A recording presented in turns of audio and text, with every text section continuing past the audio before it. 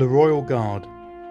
Resplendent in crimson robes and armour, the Imperial Royal Guard protected the Emperor. Secrecy shrouded the Guard, with rumours bounding about the Sentinels' backgrounds and the combat capabilities.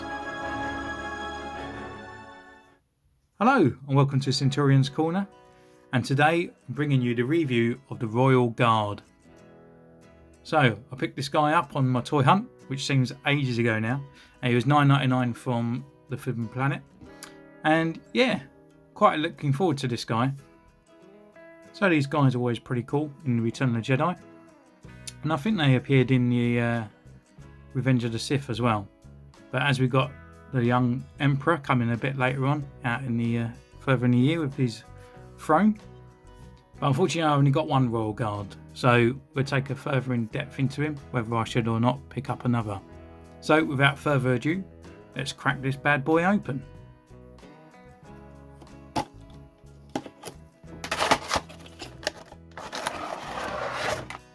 And here he is in his blister pack. So if we can see that he's got two accessories.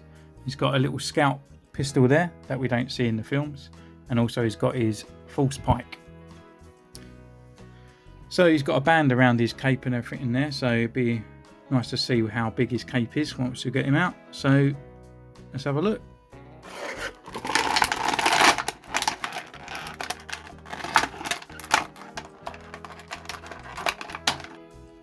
Well, here he is. Can't really see him considering my background is completely red as well. So it looks like he's got Harry Potter's invisible cape on, and he's just a little black visor. But first impressions, he seems pretty cool. The cape does feel a bit of a stretchy kind of material. It's a very sort of polyester-y type. And he has got like a slit in here, and he's got all this cool armour and everything in there. It does feel a very basic figure, and a lot of his joints feel a bit frozen. But what I'm going to do is take him away, take some pictures that I'll show at the end of this video, and give him a full review for you guys. So I'll see you in a mo.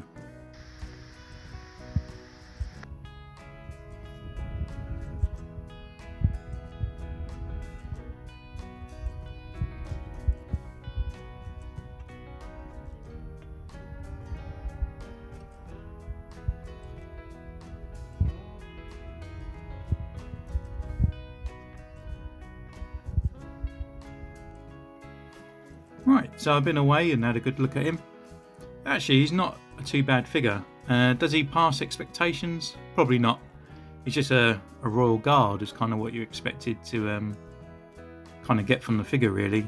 There is a few sort of, what I would say, a few little cool parts and stuff like that, so we'll get on with that. So first we'll start looking at his accessories, and then we'll go on to his posability, and then looking over the whole sort of like paint jobs and sculpt, and then just having a sort of roundup at the end.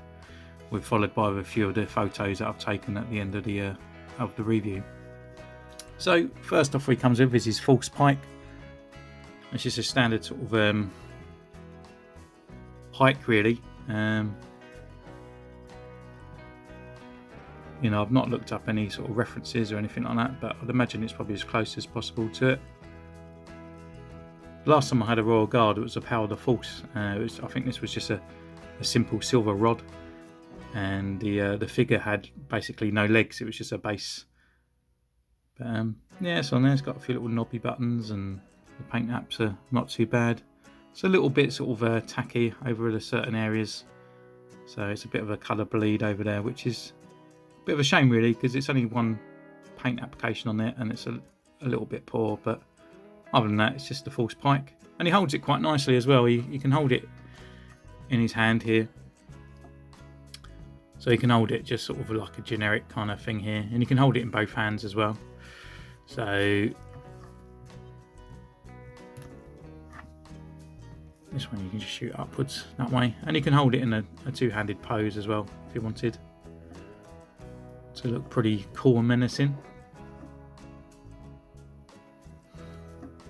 And also with the other hand as well. I don't know whether it's intentional or it was done by Hasbro, but you can actually sort of like plug this bit into this sort of area here, so we can actually hold it upright like you would in Return of the Jedi, which I think is pretty cool. So the other accessory he comes with is his kind of biker scout blaster. Now I think this bit here, this is a bit of the letdown really. I just think I either don't incorporate it or have a better gun. You know, like the Stormtrooper sort of pistol blaster, so it's a little bit bigger. I just find this one just looks a little bit too, just a little bit puny. So with his other hand, he can actually hold it in there, and it just sort of fits over those two fingers. And it just looks really puny, I think, for this sort of like type of character. Just looks a little bit off. But yeah, there's no sort of paint apps on it. It's just literally just a standard sort of like a metallic grey kind of sort of plastic. So, and that sort of fits in that hand, and also he's got a holster. It doesn't go on his boot like the Biker Scout. It just goes into this little pouch on the side, a bit similar to like the patrol officer from Solo.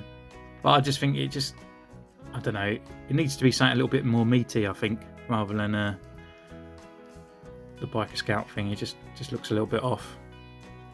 But as I got his cape up, we can now look at his posability. So he's quite a bit of a standard kind of Black Series character really. So he's very hindered at the top, even though he has got all the movement there like what a Black Series normally has, but it's just very limited due to the fact of his helmet. So that's as much as he can go back, and that's as much he can go forward, left, right. That is it. He can bring his arms up to there, and he can do 180 or 360, shall we say. His elbows 360 and a 90-degree bend, and he also has a hinge at the wrist, which also does a 360. So he's got like a mid crunch just there. It's not too bad. It's a little bit hindered by this little lip here of the armor, but you know, and it hits down at the belt. But apart from that, it's quite a good range. You got forward, and then you got back,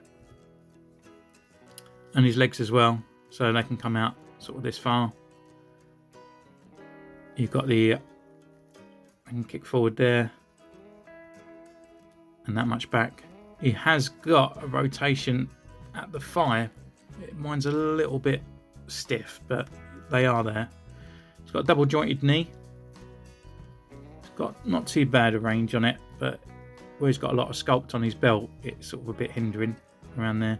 And then he's got his normal rocker and a pivot at the ankle, which are a bit loose.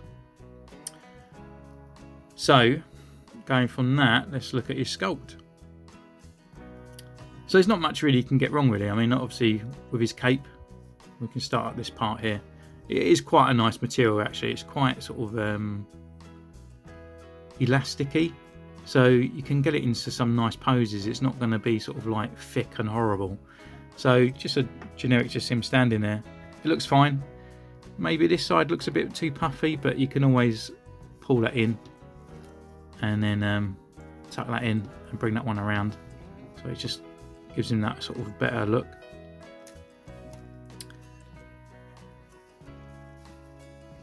But the good thing with the cape as well is, I don't know if it was intentional, but just under here there's quite a bit of a gap.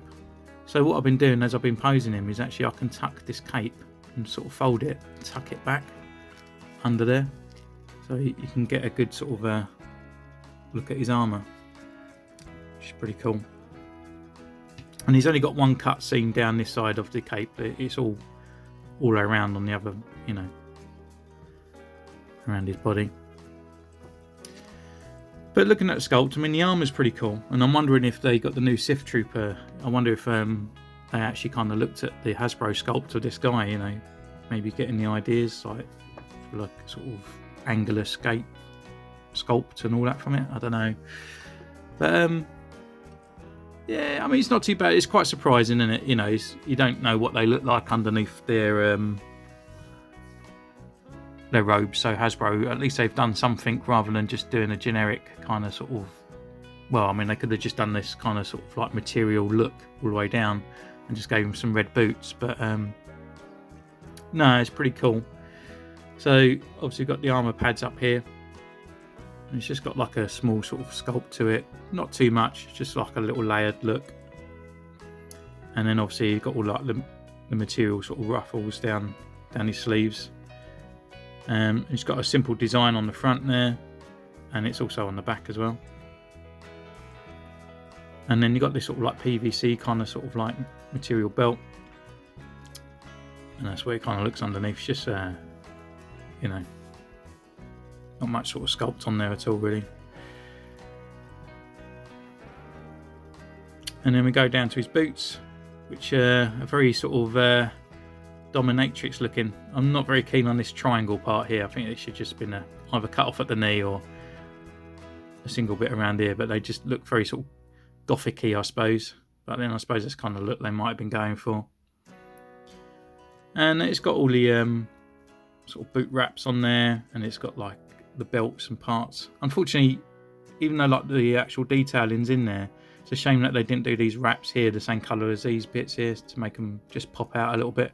But it's got the buckles on there, and they sort of stick out as well. You can see like the belts as they stick out from the boot.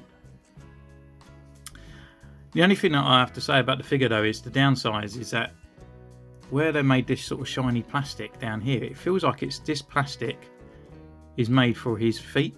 So it's a very sort of thin plastic. You can actually feel it bending in your hands. And because of that, obviously the parts in here that hindered on his foot. So that's why it's really loose, because the plastic's not very strong at all. So this feels so loose, like when you're posing, especially for like he's a bit top heavy as well, that he kind of wants to sort of topple over sometimes. But you know, once you get the center of gravity, it's not too bad, but yeah, it just becomes a bit annoying. Like if you want to pose him in a certain area, his feet kind of sort of spread apart and they just keep moving a little bit. But apart from that, it's a pretty good figure. So we're saying that, is he worth a purchase? I would say yeah. For the collector, definitely. For the collector on the shelf, well, I think really you need to get two of them to get their sort of like aura on the shelf. But action figure wise, he's pretty cool, especially you've got all this underlay and stuff under there. So yeah, he's pretty good. And considering I got him for a tenner, then he's definitely a worth a pick up. So until next time, guys, subscribe, comment below, and you can follow me on Instagram, which is on the description below. And I'll see you next time. Bye.